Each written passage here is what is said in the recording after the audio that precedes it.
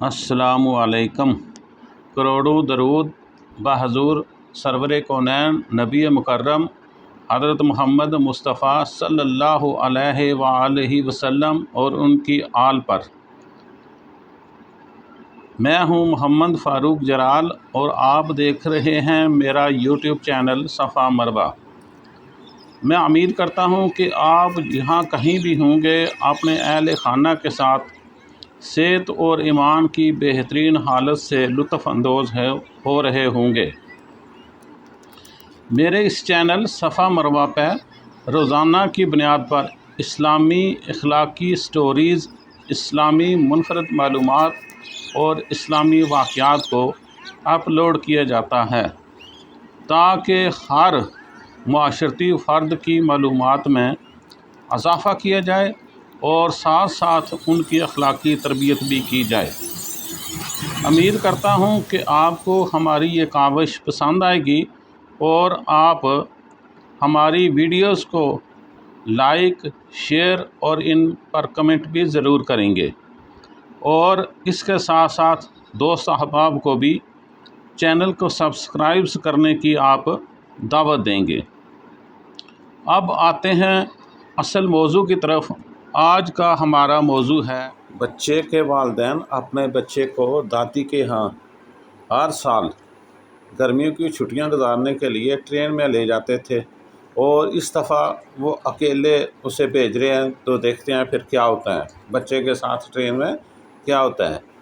ایک بچے کے والدین اپنے بچے کو ہر سال گرمیوں کی چھٹیوں میں ٹرین کے ذریعے اس کی دادی کے پاس لے جاتے، پھر وہ اسے چھوڑ دیتے اور اگلے دن واپس آ جاتے۔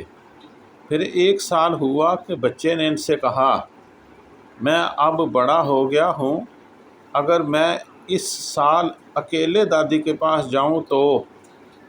والدین نے اس کی بات کو سنا، لیکن پھر کیا ہوا، مختصر سی بحث کے بعد اتفاق ہو گیا کہ اب بچہ اکیلا ہی سفر کرے گا اور دادی اماں کے پاس جائے گا۔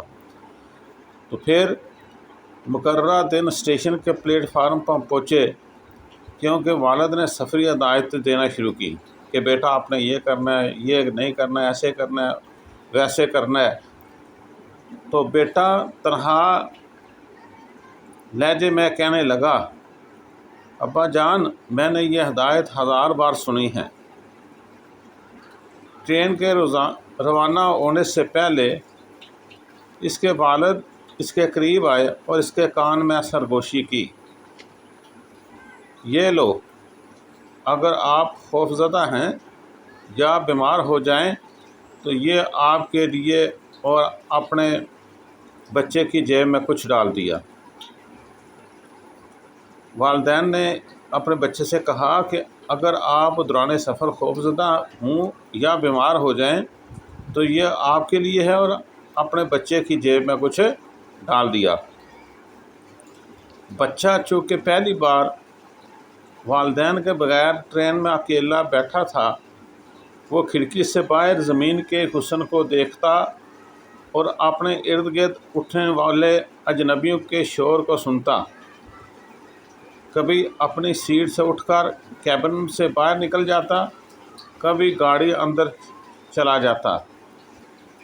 ٹرین کا ٹی ٹی بھی چونک گیا اور اس سے بغیر کسی ساتھی کے تنہا سفر کے بارے میں پوچھا۔ ٹرین کا جو ٹی ٹی تھا نا، وہ بھی اس سے پوچھتا ہے، بیٹا آپ اکیلے سفر کیوں کر رہے ہیں؟ اس طرح ایک عورت نے بھی غمگین نظروں سے اسے دیکھا کہ اتنا بچہ چھوٹا ہے اور اس کے والدین اسے اکیلے سفر کرنے دے رہے ہیں، پتہ نہیں کیا وجہ ہے، کیسے ہیں اس کے والدین۔ لڑکا اس وقت تک الجھا ہوا تھا جب تک اس نے محسوس نہیں کیا وہ ٹھیک نہیں ہے۔ پھر وہ بکھلا گیا، وہ اپنی کرسی سے بھی گر پڑا۔ اس کی آنکھوں میں والدین سے جدائی کے آنسو بہہ نکلے۔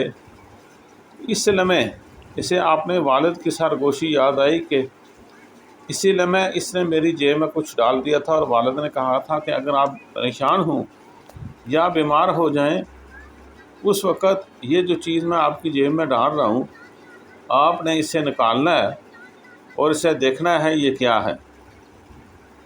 اس نے کانپتے ہاتھ سے جیب میں تلاش کیا تو ایک چھوٹا سا کاغذ ملا۔ اس نے اسے کھولا تو اس نے دیکھا کہ اس میں کیا لکھا ہوا ہے۔ وہ جب اس نے یہ دیکھا اس میں یہ لکھا ہوا ہے کہ بیٹا میں ٹرین کے آخری ڈبے میں ہوں۔ یہ الفاظ پڑھتے ہی اس کی روح لوٹ آئی۔ وہ اتنا خوش ہوا کہ میں اکیلا ٹرین میں سفر نہیں کر رہا بلکہ میرے والد بھی ساتھ ہی ہیں۔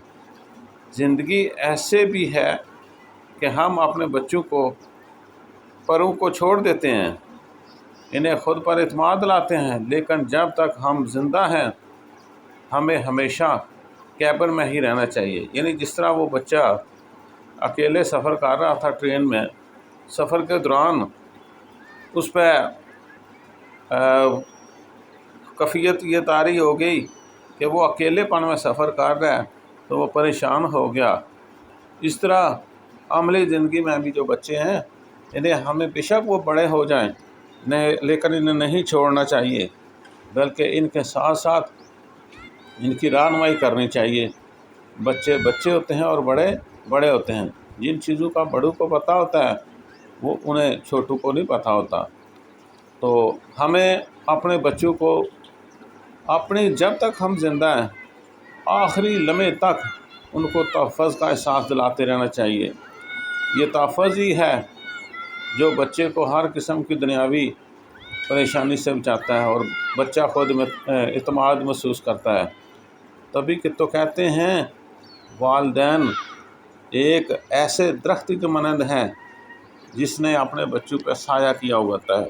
اللہ تعالیٰ تمام بچوں کے والدین کو سلامت رکھے تاکہ وہ اپنے بچوں کے لیے بطور درخت کام کریں اور بطور سایہ ان کے لیے کام کریں۔ آمین ثم آمین۔ اللہ تعالیٰ ہمیں راہ ہدایت دے اور اچھے کام کرنے کی توفیق عطا فرمائے۔ آمین ثم آمین۔